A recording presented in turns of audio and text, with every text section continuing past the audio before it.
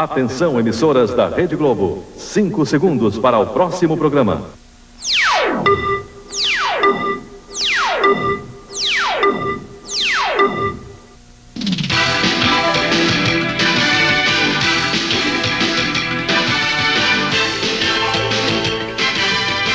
Boa noite. A terra treme de norte a sul do Brasil. O abalo foi sentido agora à noite em pelo menos 9 estados. Rio Grande do Sul, Paraná, São Paulo, Goiás, Bahia, Rondônia, Acre, Pará e Amazonas. O tremor foi registrado também em praticamente todo o continente sul-americano, de Buenos Aires, na Argentina, a Minneapolis, nos Estados Unidos. Todo o continente americano, portanto, e também em Toronto, no Canadá. O epicentro foi na Bolívia, com mais de 7 pontos na escala Richter. Na capital, La Paz, houve danos materiais. Não há informação de vítimas. Há 2 dias, um terremoto na Colômbia, de 6 graus na escala Richter, provocou uma avalanche que matou 253 pessoas. Daqui a pouco, os detalhes sobre o tremor de terra que abalou todo o continente. E a seleção brasileira faz as pazes com a vitória. Foi uma goleada em cima de Honduras. É verdade que o adversário não era lá essas coisas, mas Romário mostrou que o negócio dele, felizmente, é mesmo fazer gol. Foram 3, e com a categoria que você vê aí. E olha que ele nem precisou jogar o tempo todo. Só dá Romário! De novo, Romário! Daqui a pouquinho, os bastidores da goleada brasileira e o desafio do técnico italiano em Nova York. E também aparecem os nossos primeiros adversários. Os russos estão chegando. Daqui a pouco. Termina sem acordo a reunião dos donos de supermercados com a equipe econômica. Segundo a Sunab, a diferença de preço entre os supermercados passa de 260%. Desilusão, decepção, incredulidade. O que se sente ao entrar no território dos preços altos? Uma revolta muito grande. Tem artigo que aumentaram mais de 80%. É como se o consumidor já chegasse ao supermercado preso às poucas promoções que existem e que desaparecem em segundos, obedecendo sempre à lei do mais rápido. Peguei o último, né? O que eu posso fazer? Pelo menos um. Não há lista que aguente, nem matemática que entenda. A Sunab de Brasília provou que o ajuste das máquinas de remarcar não obedece a critério algum.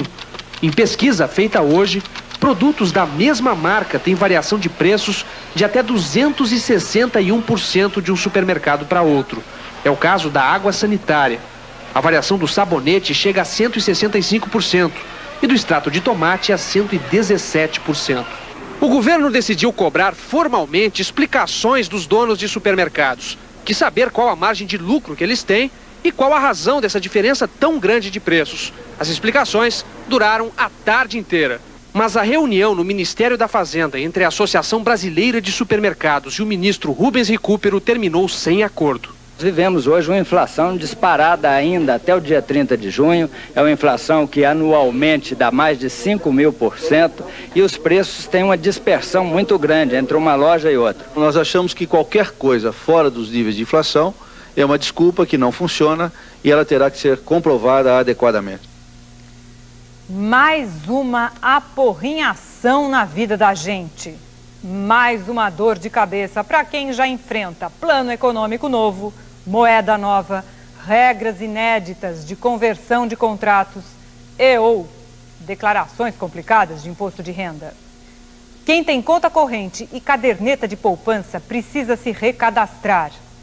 As cartinhas dos bancos com esse desagradável convite, pedindo informações mais do que minuciosas sobre a vida das pessoas, já começam a chegar. Na carta vem a explicação de que o recadastramento foi determinado pelo Banco Central e é obrigatório. Até o dia 30 de junho, os clientes das agências de todo o país terão que apresentar originais e cópias do RG e do SIC e atualizar seus dados pessoais. Para fazer o recadastramento nesse banco foram necessários apenas 2 minutos. Mas se a pessoa tiver mais de uma conta corrente ou caderneta de poupança em bancos ou até agências diferentes, vai perder muito mais tempo. Isso porque ela terá que fazer o recadastramento em cada uma das agências. Este advogado ficou tão irritado com a exigência que recebeu a carta do banco, jogou fora e afirma que não vai se recadastrar. Que providência você vai tomar? Até se preciso for ajuizar uma mandado de segurança. O diretor da Federação Brasileira dos Bancos, Jorge Higashino, diz que o recadastramento é importante para o Banco Central localizar contas fantasmas. Por isso, quem não atender ao chamado dos bancos vai enfrentar problemas. Provavelmente nós vamos ter necessidade de retenção, ou seja, não entrega o talonado de cheque como primeira consequência do não recadastramento. O pior é que é tudo culpa da corrupção no governo federal.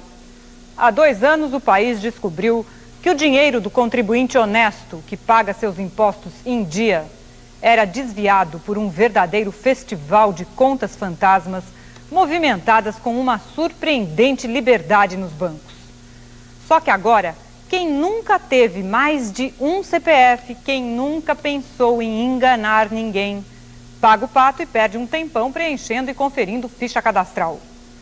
E o pior é que nem os bancos sabem dizer como o governo vai achar as contas fantasmas, se todos os dados vão ficar nos bancos, o que impede uma pessoa mal intencionada de reapresentar documentos frios na hora do recadastramento.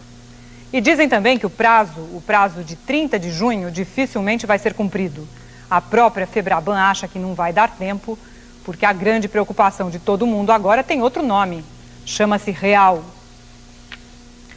O melhor negócio de maio, o carro usado, que bateu a inflação e até a caderneta. Polícia Federal explode os portos dos contrabandistas na fronteira com o Paraguai. 2 dias depois da tragédia na Colômbia, a terra treme de norte a sul do Brasil. James Bond volta às telas de rosto novo. E que rosto! A maior arma de 007 está na cara. E as notícias da Copa ao vivo dos Estados Unidos. Tudo isso ainda hoje aqui no Jornal da Globo. A gente volta já já.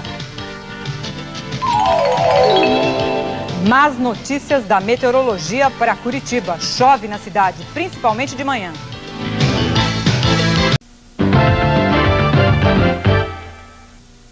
O fenômeno se repete já há 3 meses. O carro usado sobe mais do que a inflação. O preço do carro usado subiu, em média, 47,2% em maio. E o IGPM, um dos índices da Fundação Getúlio Vargas, mostra que os outros preços gerais, subiram 42,6% também em maio. Com isso, vai a 20% o aumento médio real acumulado do carro usado nos 5 primeiros meses do ano. Aumento real acima da inflação quando comparado ao mesmo IGPM. Só que alguns modelos subiram bem mais. Coisa de matar de inveja ou de arrependimento quem teve a oportunidade na mão e deixou escapar. O Cadete GSI, ano 89, vale hoje 21.350.000 cruzeiros reais. Dá ao câmbio de hoje 10.435 URVs, ou dólares, como quiser. Foi o carro que mais subiu em maio, 57%. 9% acima da URV e 6,6% acima do rendimento da caderneta no mês. Quer ver só um outro exemplo? O Prêmio CSL ano 90. Valor médio hoje no mercado, 15 milhões de cruzeiros reais. 7.330 URVs ao câmbio de hoje e alta de 55% em maio. É ou não é de matar de inveja? A pesquisa é da Asovesp, a Associação dos Revendedores de Carro Usado de São Paulo, e confirma o aumento da procura por ativo real, por alguma mercadoria de valor, às vésperas de novo plano e de nova moeda. Carro usado é um produto que o dono pode vender fácil e rapidamente, se precisar, e que não está sujeito a expurgos ou quebra de contratos juridicamente perfeitos. Sucessão presidencial. Sai nova pesquisa do Ibope. Dos 9 candidatos, apenas Lula, Fernando Henrique e Orestes Quércia ganharam novos eleitores. Lula mantém a liderança e foi o que mais cresceu. Se a eleição fosse hoje, Luiz Inácio Lula da Silva, do PT, ficaria em primeiro lugar, com 39%. Na última pesquisa, ele tinha a preferência de 36% dos eleitores. O senador Fernando Henrique Cardoso, do PSDB, ficaria em segundo, com 17%, 2 pontos a mais em relação à última pesquisa. Em terceiro vem o ex-governador do Rio, Leonel Brizola, do PDT, com 8%, a mesma posição e o mesmo percentual de um mês atrás. Em quarto lugar aparece o ex-governador de São Paulo, Orestes Quercia, do PMDB, com 6%. Na pesquisa anterior, ele aparecia com 5% dos votos. O senador Espiridião Amin, do PPR, ficaria em quinto lugar com 3%. Nenhuma alteração em relação aos últimos números. Enéas Ferreira, do Prona, seria o sexto colocado com 2%. Em sétimo vem o deputado Flávio Rocha, do PL, com 1% dos votos. Hernani Fortuna, do PSC, e Walter Queiroz, do PRN, não receberam votos na pesquisa. Se as eleições fossem hoje, os eleitores indecisos, os votos brancos e nulos, somariam 24%. O Ibope entrevistou 2.000 eleitores em todo o país entre os dias 2 e 7 de junho. O Ibope quis saber também se os eleitores acham importante a honestidade do candidato. 66% responderam que só um candidato totalmente honesto pode ser um bom presidente. 28% preferem um candidato competente, mesmo que não seja totalmente honesto. Daqui a pouco, as notícias da Copa ao vivo dos Estados Unidos. O primeiro adversário do Brasil já chegou. Um tremor de terra assusta o país. Ele foi sentido de norte a sul do Brasil, agora à noite. As informações daqui a pouquinho. Belo Horizonte com nuvens e chuviscos durante o dia.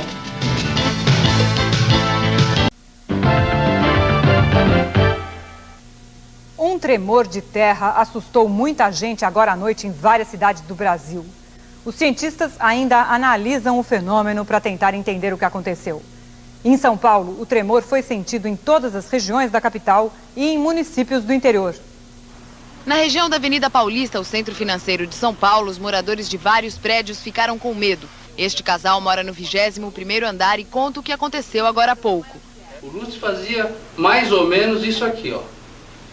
Vocês ficaram assustados? Nós ficamos bem assustados, aí saímos correndo, né, descemos e pegamos o carro e saímos. Eu já tive uma experiência como essa na Venezuela, mas foi uma coisa mais séria. Então eu lembrei de tudo aquilo, falei, vamos embora, né? Porque antes de salvar a vida e deixar as coisas, né? Neste outro prédio, o interfone não parou de tocar na portaria. Os moradores assustados desceram para o saguão. Tá tudo balançando, as portas, quadro, lustres. Chegou a quebrar alguma coisa? Não, não quebrou nada, mas balançou bem. O tremor foi sentido em toda a capital, na Grande São Paulo e em vários municípios do interior, como Jundiaí, Campinas, São José dos Campos e Ribeirão Preto. No sul do país, o abalo foi sentido também em Porto Alegre e em outras 2 cidades gaúchas, Cruz Alta e Passo Fundo. Em Curitiba, no Paraná, os bombeiros foram chamados por moradores de 25 prédios. O tremor foi sentido em 7 pontos diferentes de Curitiba. Neste prédio, o morador do último andar esperava começar o Jogo do Brasil quando levou um susto. Tem que sair, realmente tem que sair, não pode duvidar, sabe? Neste outro prédio, o susto foi o mesmo. Os moradores não tiveram outra reação, saíram rapidamente de casa e chamaram o Corpo de Bombeiros. Depois dos primeiros chamados, as equipes do Corpo de Bombeiros ficaram em alerta em Curitiba e em outras cidades do Paraná. Mas ninguém sabe explicar o que aconteceu. Eu achei que estava tonta, a vizinha achou que estava com a pressão alta, outra achou que estava com taquicardia. Eu já vou levar os filhos para casa da avó, eu não sei para onde eu vou, mas é o pavor, é falta de hábito, né? Isso nunca aconteceu. O Observatório Sismológico da Universidade de Brasília revela a causa do tremor de terra que assustou o país. Foi um grande terremoto na Bolívia. A repórter Cecília Maia está no observatório e tem as informações. O terremoto foi de 7,5 graus na escala Richter, o que é considerado um terremoto de grandes proporções. Ele aconteceu exatamente às 21 horas e 37 minutos, horário de Brasília. O epicentro foi aqui na Bolívia, mas ele pôde ser sentido no Chile, em toda essa região norte da América do Sul, incluindo o norte do Brasil, e em todo o sul do país, até Brasília. Professora, 2 dias aconteceu um terremoto na Colômbia, de 6,2 graus na escala Richter, morreram mais de 200 pessoas. E esse terremoto, que foi maior, pode ter acontecido uma outra tragédia? Os nossos dados são ainda preliminares. Provavelmente esse sismo alcançou uma magnitude superior à que você informou. Ele então teria características de um super terremoto. Levando em consideração que a Bolívia é um território de topografia bastante acidentada e construções simples, provavelmente ele deve ter ocasionado danos extremamente severos. E ainda podem ocorrer outros terremotos? Depois de um sismo dessa natureza, é comum que aconteçam sismos menores, mas muito provavelmente eles não vão ser mais sentidos no Brasil. Muito obrigada, professor. De Brasília, Cecília Maia. Um forte terremoto abalou o sudoeste da Colômbia na segunda-feira à noite. Provocou uma avalanche e matou 250 pessoas. Os trabalhos de busca continuam. Nas aldeias soterradas por toneladas de lama e neve, mais de 100 pessoas ainda estão desaparecidas. 3.000 estão desabrigadas. Daqui a pouco, ao vivo dos Estados Unidos, as notícias da Copa do Mundo, os momentos mais importantes do segundo teste do Brasil na fase de preparação para a Copa nos Estados Unidos. Veja daqui a pouquinho. Rio de Janeiro com céu nublado e a previsão do tempo avisa, pode chover de novo, principalmente à tarde.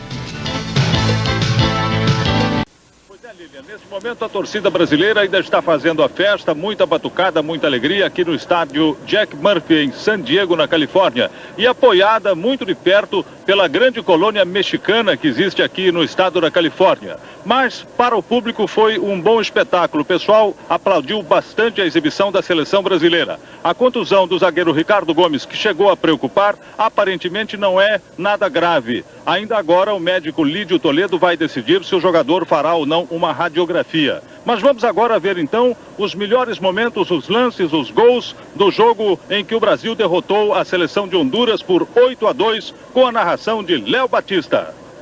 Um começo arrasador. Romário percebe o goleiro adiantado e marca. Brasil 1-0, 1 minuto de jogo. De novo aí.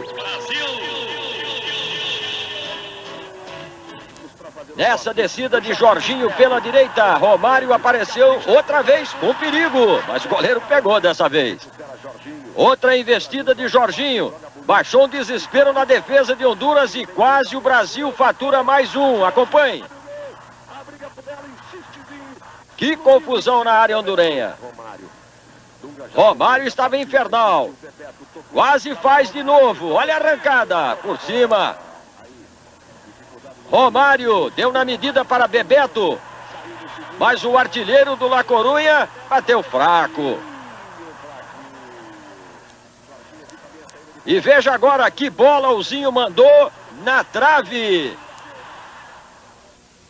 Demorou, mas o Brasil jogou lá outra vez. Dunga brigou pela bola e Romário aproveitou.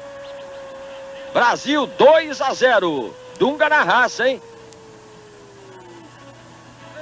Mas Honduras respondeu com um contra-ataque que envolveu a defesa brasileira. Roches quis caprichar e acertou a trave.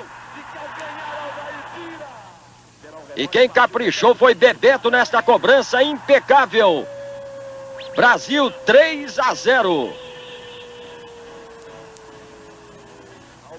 E no início do segundo tempo, Honduras assustou. E logo depois, chegou com perigo de novo. Defesa de Tafarel. E até que conseguiu marcar. Olha só, o Peixinho, bola na rede. 3-1 no placar. De novo, o gol hondurenho.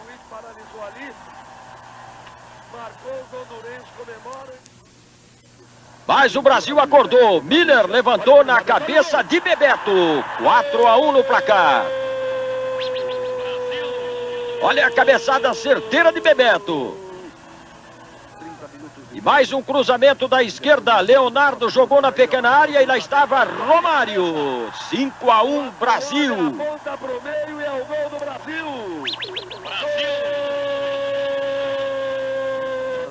E a seleção hondurenha não estava morta, não. Veja que Flores de cabeça fez o segundo. Honduras 2, Brasil 5. Cafu tabelou com Dunga e marcou o 6º gol brasileiro. Brasil meia dúzia, Honduras 2. Por cobertura, Cafu. E veja o golaço de Dunga, uma bomba de fora da área que explodiu no ferro lá dentro. Brasil 7, Honduras 2. E ainda tinha mais. Agora veja, Viola toca para Raí, desmarcado. Brasil, 8º gol, 8-2. Novamente o gol de Raí.